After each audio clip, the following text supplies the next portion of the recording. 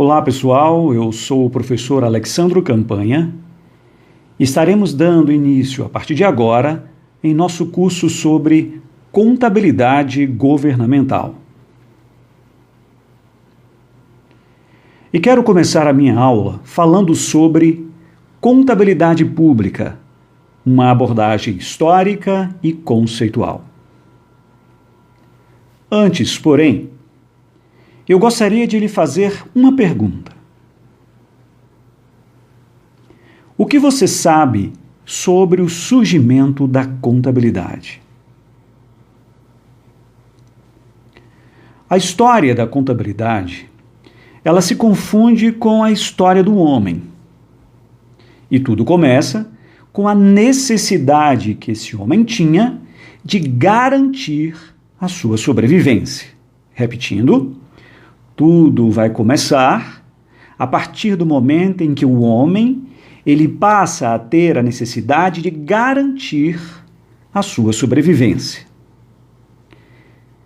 Essa garantia de sobrevivência estava alicerçada em duas coisas: a sua subsistência e a sua segurança.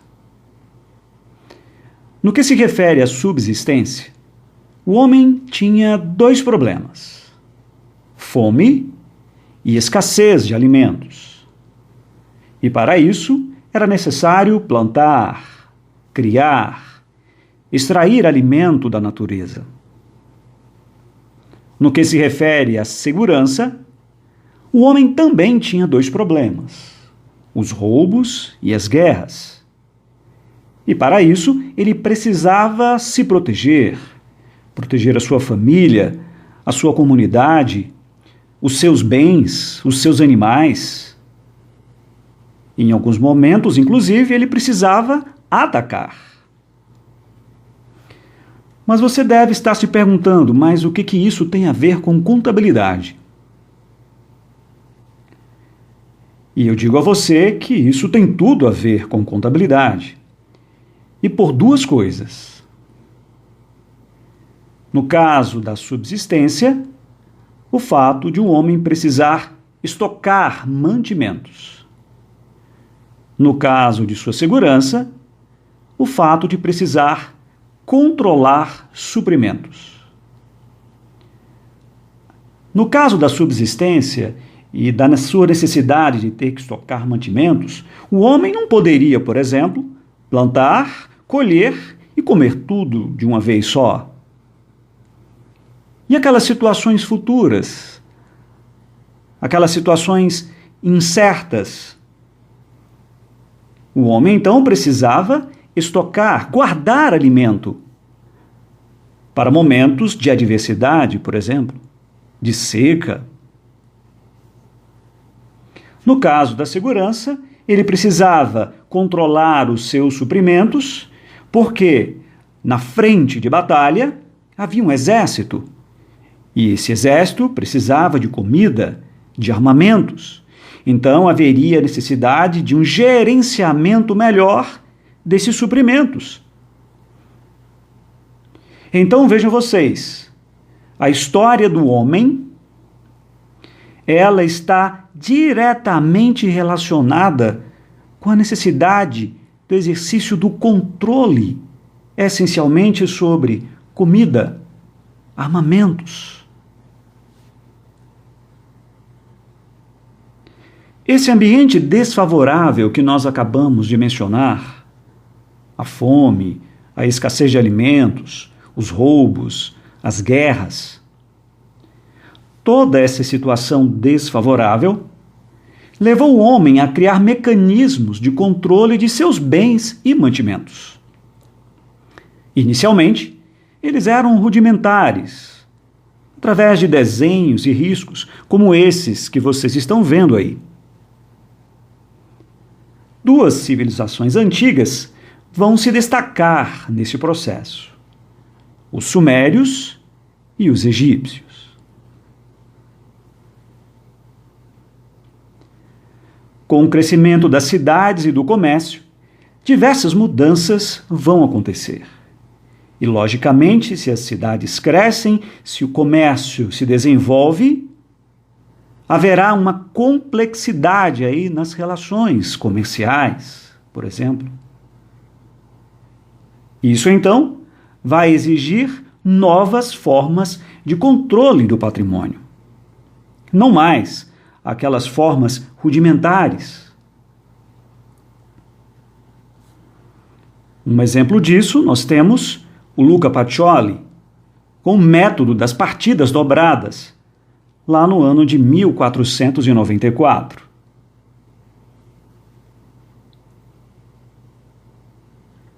Mais tarde, com a Revolução Industrial no século XVIII, mudanças de paradigmas vão ter de acontecer.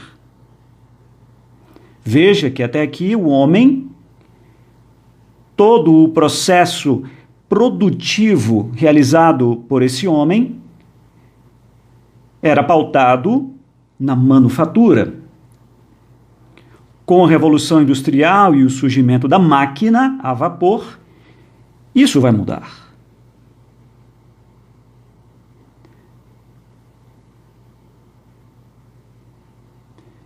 Vejam vocês que as relações de produção, que os processos de produção, eles vão se tornar mais complexos.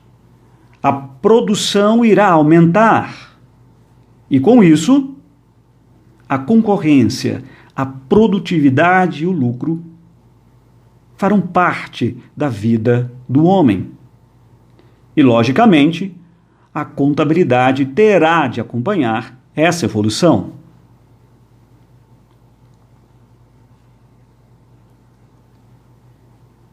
Eu tenho outra pergunta a lhe fazer. O que você sabe sobre o conceito de contabilidade?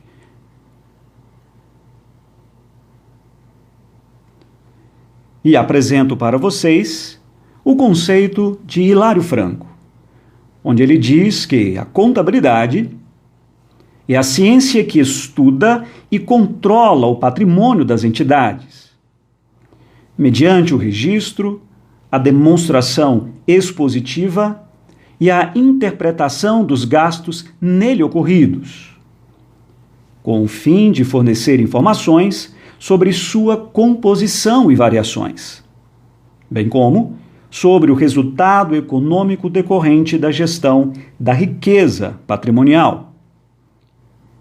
Veja que uma das preocupações de Hilário Franco em seu conceito é tratar sobre a finalidade da contabilidade, que é a de fornecer informações. Outro autor é Antônio Lopes de Sá, quando diz que a contabilidade é a ciência que estuda os fenômenos patrimoniais, preocupando-se com realidades, evidências e o comportamento dos mesmos em relação à eficácia funcional das células sociais. Vejam vocês que Antônio Lopes de Sá, em seu conceito de contabilidade, se preocupa em tratar sobre o objeto de estudo da contabilidade, que é o patrimônio. Só que ele vai um pouco mais além, ao dizer que é a ciência que estuda os fenômenos patrimoniais. Não apenas o patrimônio, mas os fenômenos patrimoniais. Uma coisa nós perceberemos que haverá de comum nesses dois conceitos. Tanto Hilário Franco quanto Antônio Lopes de Sá tratarão a contabilidade como ciência.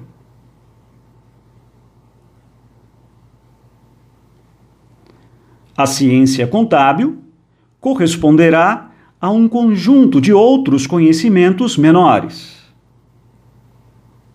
Como exemplo, temos a contabilidade comercial, a contabilidade de serviços, a contabilidade bancária, a contabilidade agrícola, a contabilidade hospitalar, a contabilidade pública. A ciência contábil, então, é uma ciência ampla, mas em todas elas, o seu objeto de estudo será sempre o patrimônio.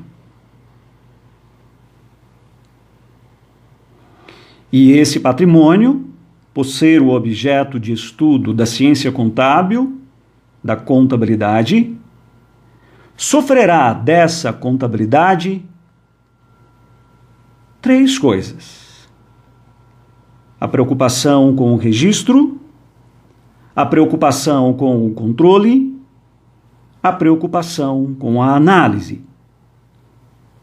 Então, a contabilidade, ela age sobre o patrimônio, registrando esse patrimônio, controlando esse patrimônio, analisando esse patrimônio. Sabemos que patrimônio é o conjunto dos bens, direitos e obrigações. O conjunto dos bens e direitos nós chamamos de ativo, a parte positiva do patrimônio. O conjunto das obrigações chamamos de passivo, a parte negativa do patrimônio. Ao compararmos esse ativo com o passivo, teremos aí o patrimônio líquido. Dessa relação entre ativo e passivo, teremos o que chamamos de equação patrimonial ou equação fundamental do patrimônio, onde temos patrimônio líquido é igual a ativo menos passivo.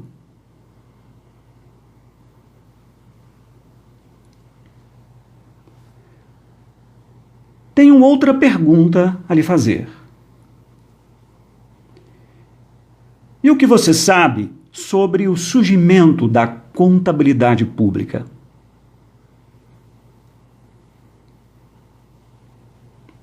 O surgimento da contabilidade pública está relacionada ao orçamento público. E nós sabemos que o orçamento público, ele surge justamente em função da necessidade que a sociedade, principalmente europeia, teve de controlar as ações do Estado. Em nosso estudo sobre orçamento público, tratamos da evolução histórica do Estado em sua preocupação por cobrar tributos. E essa preocupação, ela sempre existiu. Em toda a história da humanidade, na Antiguidade, na Idade Média, na Idade Moderna e inclusive hoje na Idade Contemporânea, o Estado precisa arrecadar. Entretanto, haverá uma diferença entre o que é o Estado arrecadador durante a Antiguidade, a Idade Média e a Idade Moderna, para o Estado arrecadador da Idade Contemporânea. E 5 fatores são fundamentais para que possamos diferenciar esse comportamento do Estado arrecadador. E aqui eu destaco, por exemplo, o desenvolvimento intelectual da sociedade. No passado, nós tínhamos uma sociedade que era analfabeta, ignorante. Poucas eram as pessoas que sabiam ler e escrever. Essa sociedade também, do ponto de vista de sua consciência política, ou seja, do seu nível de criticidade, era baixo.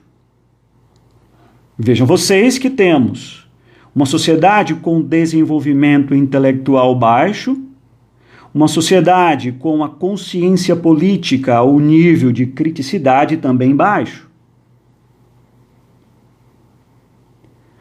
Para piorar um pouco mais a situação, nós temos uma sociedade onde o desenvolvimento econômico dela é pequeno.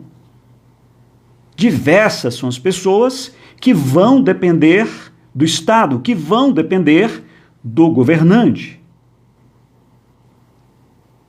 E o perfil desse governante é um perfil baseado em quê? No uso e abuso do poder. E em toda essa situação, ainda temos a ausência das instituições democráticas, dos poderes, das leis. Então, vejam comigo, analisando essa situação desse Estado arrecadador no passado, a relação que ele mantém com a sociedade é uma relação de exploração. Esse Estado se confundia com a figura do governante. E esse governante queria controlar a sociedade. E a sociedade, diante de todas essas características que apresentamos, era uma sociedade facilmente manipulável. Até o final da Idade Moderna, no ano de 1789, e lembro a vocês que este ano foi o ano da Revolução Francesa, a sociedade europeia vivia uma crescente e forte exploração dos governantes, baseada na cobrança de impostos. Vejam vocês que os governantes, eles queriam cobrar impostos, cobrar tributos, porque eram justamente os tributos que bancavam os seus gastos, que bancavam os gastos da nobreza, que bancavam os gastos do clero, ou seja, o povo ficava de fora. Na verdade, o povo pagava os tributos, era o povo que essencialmente sustentava o rei, a nobreza e o clero. E esse rei que era bancado com os impostos tinha um comportamento totalmente fora do racional. O aumento dos gastos provocados por ele. E a única fonte de recursos para bancar esses gastos eram os tributos. Então, quanto mais esses gastos aumentavam, maiores eram os tributos. O governante considerava como patrimônio próprio o tesouro público. O monarca impunha os impostos que desejava e gastava esses impostos segundo a sua conveniência. O povo não participava da fixação dos impostos e gastos. Tudo aquilo que era cobrado em se tratando de tributos ou de impostos era criado ou estabelecido pelo governante. E a forma como esses tributos eram gastos também. A vontade do soberano significava o quê? A vontade do povo. Como exemplo, temos o rei Luís XIV, da França. Uma dessas personalidades foi o rei Luís XIV, da França, no século XVII. A célebre frase "L'état c'est moi", ou "o Estado sou eu", atribuída a ele, representava bem a forma como o Estado era concebido e qual a relação dos monarcas com a sociedade. Esbanjamentos ostentatórios, descontrole dos gastos e edificações suntuosas, como o Palácio de Versalhes, por exemplo, seriam uma das marcas desse momento histórico. Toda essa situação levou a França a uma preocupante crise fiscal, econômica e social. E havia intelectuais que defendiam essa forma de Estado, chamado Estado absolutista, como Nicolau Maquiavel, Jean Bodin e Thomas Hobbes. Essa situação, então, gerava na sociedade europeia uma insatisfação. E essa insatisfação estava baseada em quê? Em duas coisas: na intolerância do governante e na incapacidade desse Estado de dar retorno à sociedade com o produto daquilo que era arrecadado com os tributos. Então, eu estou diante de uma sociedade insatisfeita. E uma sociedade insatisfeita por quê?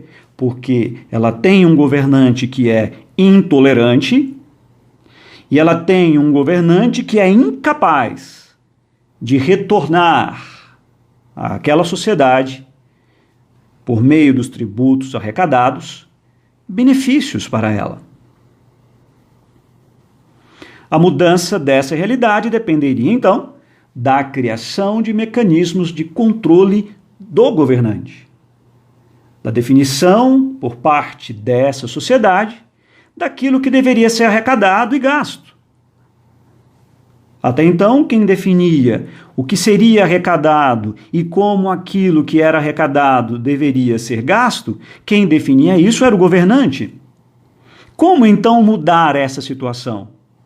Mudando a forma de arrecadação, mudando a forma de gasto, deixando isso de ser uma atribuição do governante para ser um direito da sociedade. Alguns momentos históricos de tentativas de mudança vão surgir na história da humanidade. O ano de 1215, com a assinatura da Carta Magna pelo rei João I. O ano de 1688, com a Revolução Inglesa. O ano de 1776, com a Revolução Americana. E o principal deles, o ano de 1789, com a Revolução Francesa, com a queda aí de Luís XVI, revolução essa, inclusive, considerada a mais sangrenta e expressiva.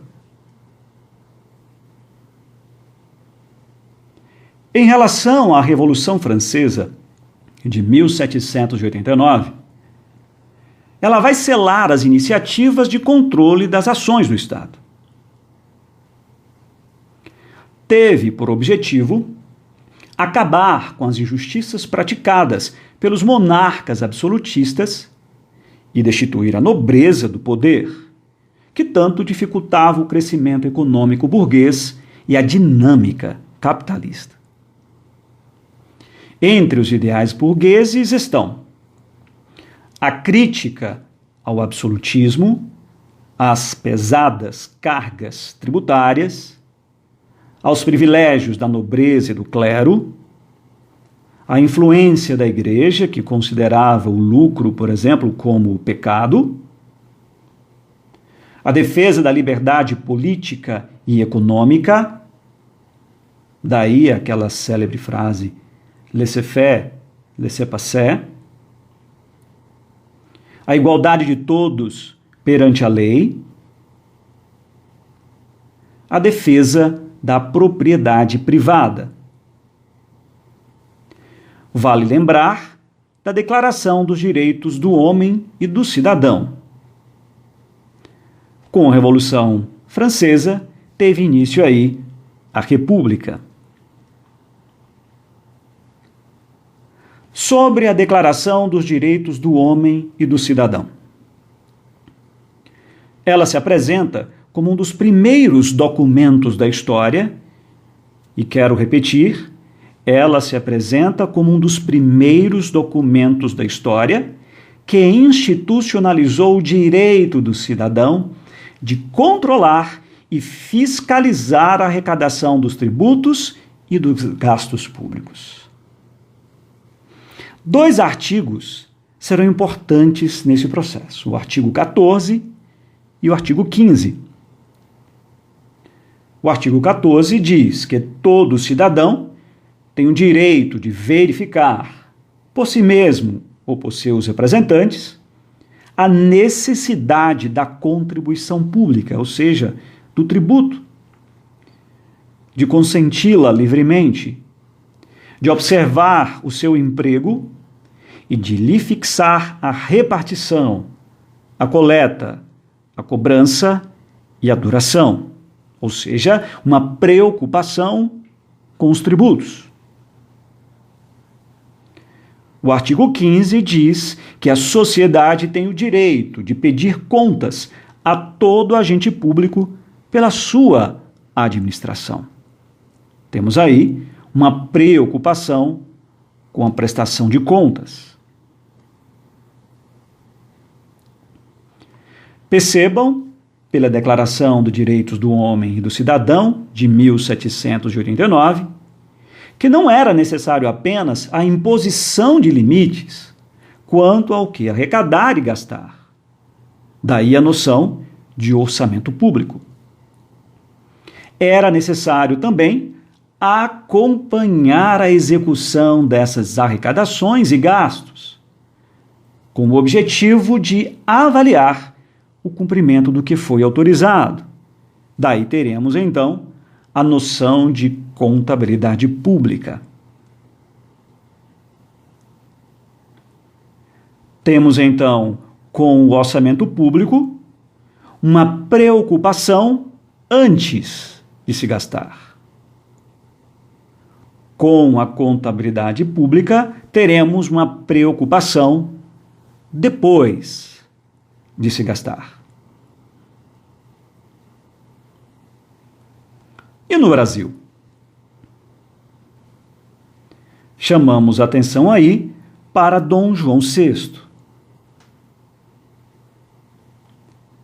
No Brasil, a contabilidade pública dará os seus primeiros passos a partir do ano de 1808, com a vinda de Dom João VI. Ele criou, na verdade, transferiu de Portugal o Erário Régio e o Conselho da Fazenda por meio de decreto. O Erário Régio, ele tinha por função gerenciar o patrimônio real. E esse gerenciamento estava pautado em duas coisas: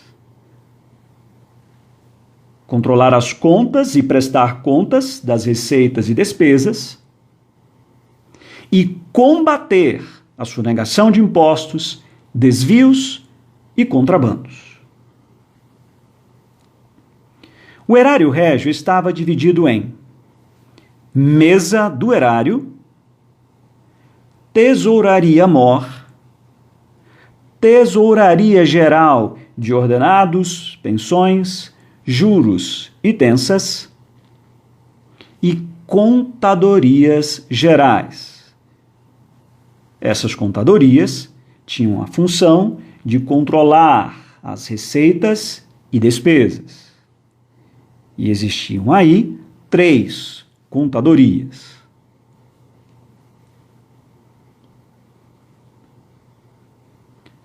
E como funcionava essa relação das contadorias? Havia, então, a Contadoria Geral, subordinada a ela, as 3 contadorias. Acima da Contadoria Geral, nós tínhamos o Tesoureiro-mor, o presidente do erário e, acima, a coroa portuguesa, representada aí pelo rei. A Contadoria Geral prestava contas ao Tesoureiro-mor, que prestava contas ao presidente do erário. Acontece que essa prestação de contas da contadoria também era feita assim, ou seja, a contadoria também prestava contas ao presidente do erário. Com as 2 informações, então, ele avaliava se elas eram iguais ou não, ou seja, uma forma de fiscalizar aquilo que era prestado pelo Tesoureiro-mor e pelas contadorias, na verdade, pela Contadoria Geral. Havendo igualdade das informações, essas informações então eram repassadas para a coroa portuguesa.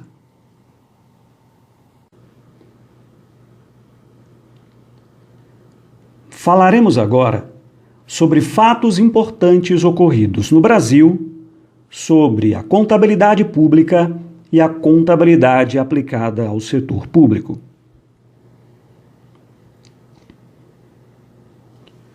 Ano de 1824. Ano da Constituição Imperial, promulgada por Dom Pedro I. Nela constava a obrigatoriedade de elaboração de orçamentos públicos. Neste ano, foi criado o Tesouro Nacional.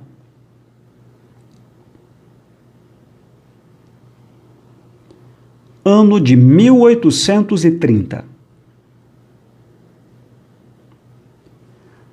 Ano da primeira Lei Orçamentária Brasileira. Foi extinto o Erário Régio e o Conselho da Fazenda, e criado o Tribunal do Tesouro Público Nacional.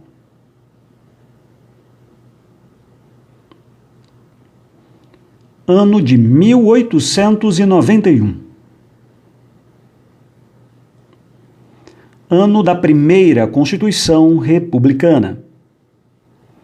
Essa Constituição atribuiu competência ao Congresso Nacional para elaborar o Orçamento Público Federal.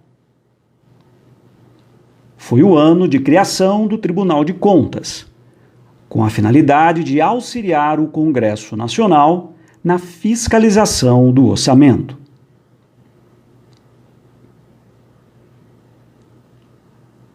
Ano de 1922. Criação do Código de Contabilidade Pública por meio do Decreto número 4.536, de 22. Um dos primeiros normativos relacionados à contabilidade pública no Brasil, com enfoque no controle da receita e despesa pública. Estabeleceu o exercício financeiro coincidente com o ano civil. Esse código foi revogado pelo presidente José Sarney no ano de 1986, ano de criação da STN.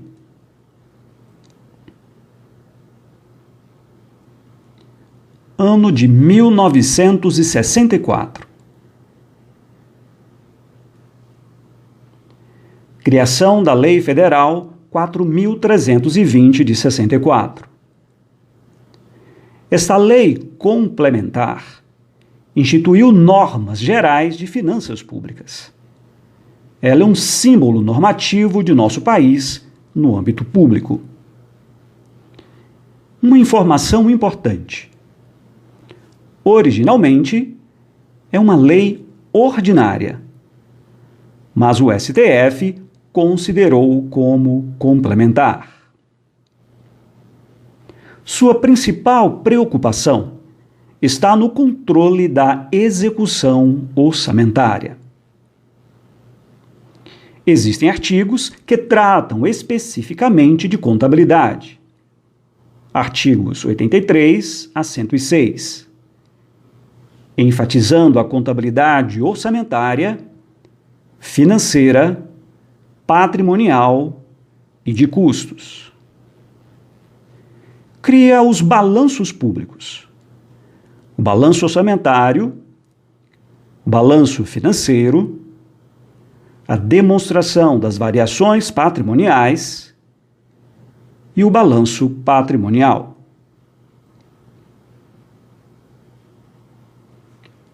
Ano de 1967. Criação do Decreto-Lei número 200. Esse Decreto-Lei aprovou a reforma administrativa em âmbito federal, com alcance nas demais esferas. Dentre vários assuntos, vale destacar que o Decreto-Lei número 200, de 67, aborda questões relacionadas a controle interno. Ano de 1986. Criação da Secretaria do Tesouro Nacional, STN. Essa secretaria integra a estrutura do governo federal no âmbito do Ministério da Fazenda e tem por função administrar os sistemas de programação financeira, de execução orçamentária e de contabilidade pública. Foi o ano também de revogação do Decreto número 4.536 de 22, o Código de Contabilidade Pública, pelo presidente José Sarney.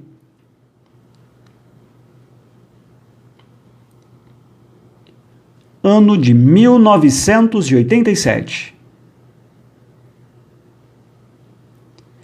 Implantação do Sistema Integrado de Administração Financeira, SIAF, pelo governo federal. Esse sistema padronizou registros contábeis, onde foi implantado um plano de contas único.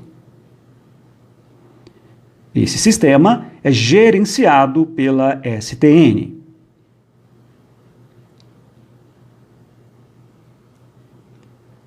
Ano de 1988.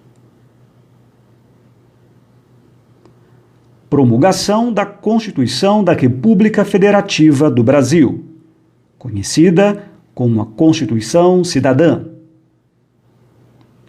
Artigos importantes no que se refere à contabilidade e orçamento público. Artigos 70 a 75, que trata da fiscalização contábil, financeira e orçamentária, e artigos 163 a 169, que trata dos orçamentos.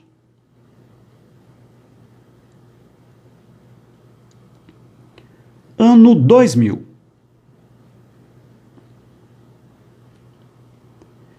Criação da Lei de Responsabilidade Fiscal. Lei Complementar número 101. É considerado um código de conduta para os administradores públicos, pois impõe limites para despesas e endividamentos e metas para as receitas e resultados, como o resultado primário e o resultado nominal. Princípios importantes constantes no artigo 1º, parágrafo 1º.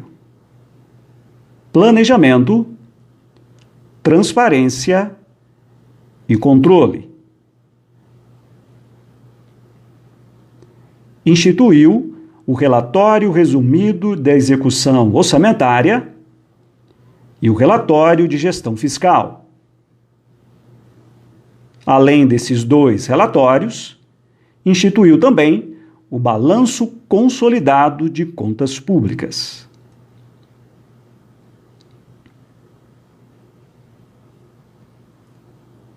Ano de 2001.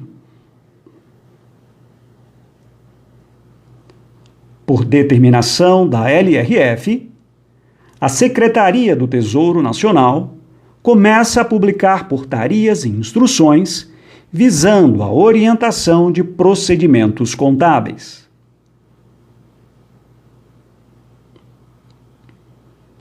Ano de 2007. Por meio da Resolução número 1103 de 2007, o Conselho Federal de Contabilidade cria o Comitê Gestor de Convergência no Brasil.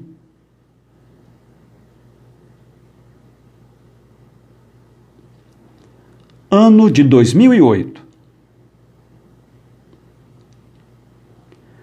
Publicação da Portaria número 184 de 2008 do Ministério da Fazenda, atribuindo competência ao STN para promover a convergência aos padrões internacionais do setor público.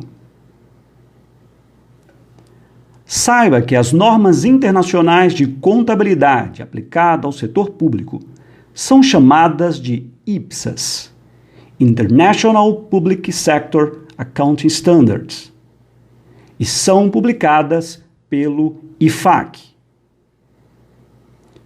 No Brasil, os demonstrativos contábeis não revelavam a realidade do patrimônio público. Os contadores se preocupavam prioritariamente em registrar a execução da lei orçamentária anual. Neste ano também, o Conselho Federal de Contabilidade cria as normas brasileiras de contabilidade aplicadas ao setor público, NBCASP. Mais precisamente, a NBCT 16, 1 a 10, baseadas nas IPSAS, com a adoção de procedimentos contábeis patrimoniais. Um importante passo para o processo de convergência aos padrões internacionais do setor público.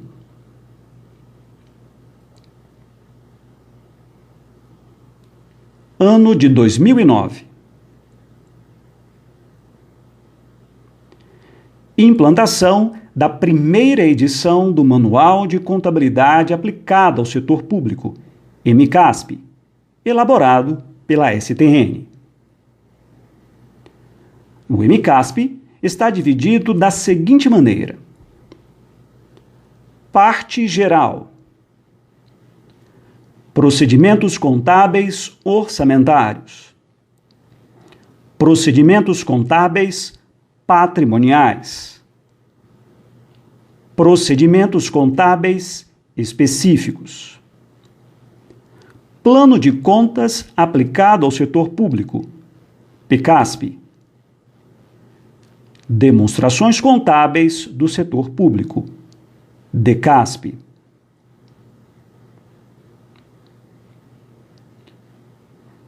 É importante dizer que a padronização de regras, ela está em nível internacional. As normas contidas no MCASP são obrigatórias para todos os entes da federação: a administração direta, autarquias, fundações, fundos e empresas estatais dependentes. O prazo inicial de adoção das normas foi o ano de 2010, mas esse prazo foi sendo adiado. A Portaria STN número 548 de 2015 estabeleceu novos prazos. Alguns procedimentos tiveram seus prazos prorrogados para 2024. Não se esqueça, NBCASP trata sobre normas gerais que norteiam o caminho e são elaboradas pelo CFC. MCASP trata de normas procedimentais, de procedimentos, e é elaborado pela STN.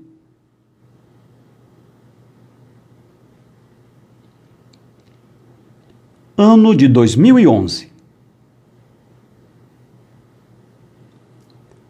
Publicação da Resolução CFC 1366 de 2011, que instituiu a NBCT 16.11, que tratou sobre Sistema de Informação de Custos do Setor Público, se juntando às outras 10 normas, NBCT 16, de 1 a 10.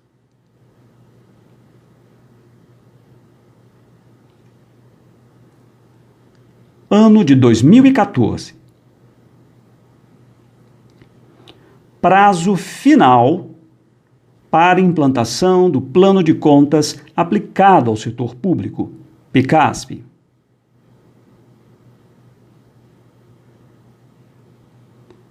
Ano de 2015. Uso obrigatório do Plano de Contas aplicado ao setor público, PCASP. Implantação do Sistema de Informações Contábeis e Fiscais, SICONF.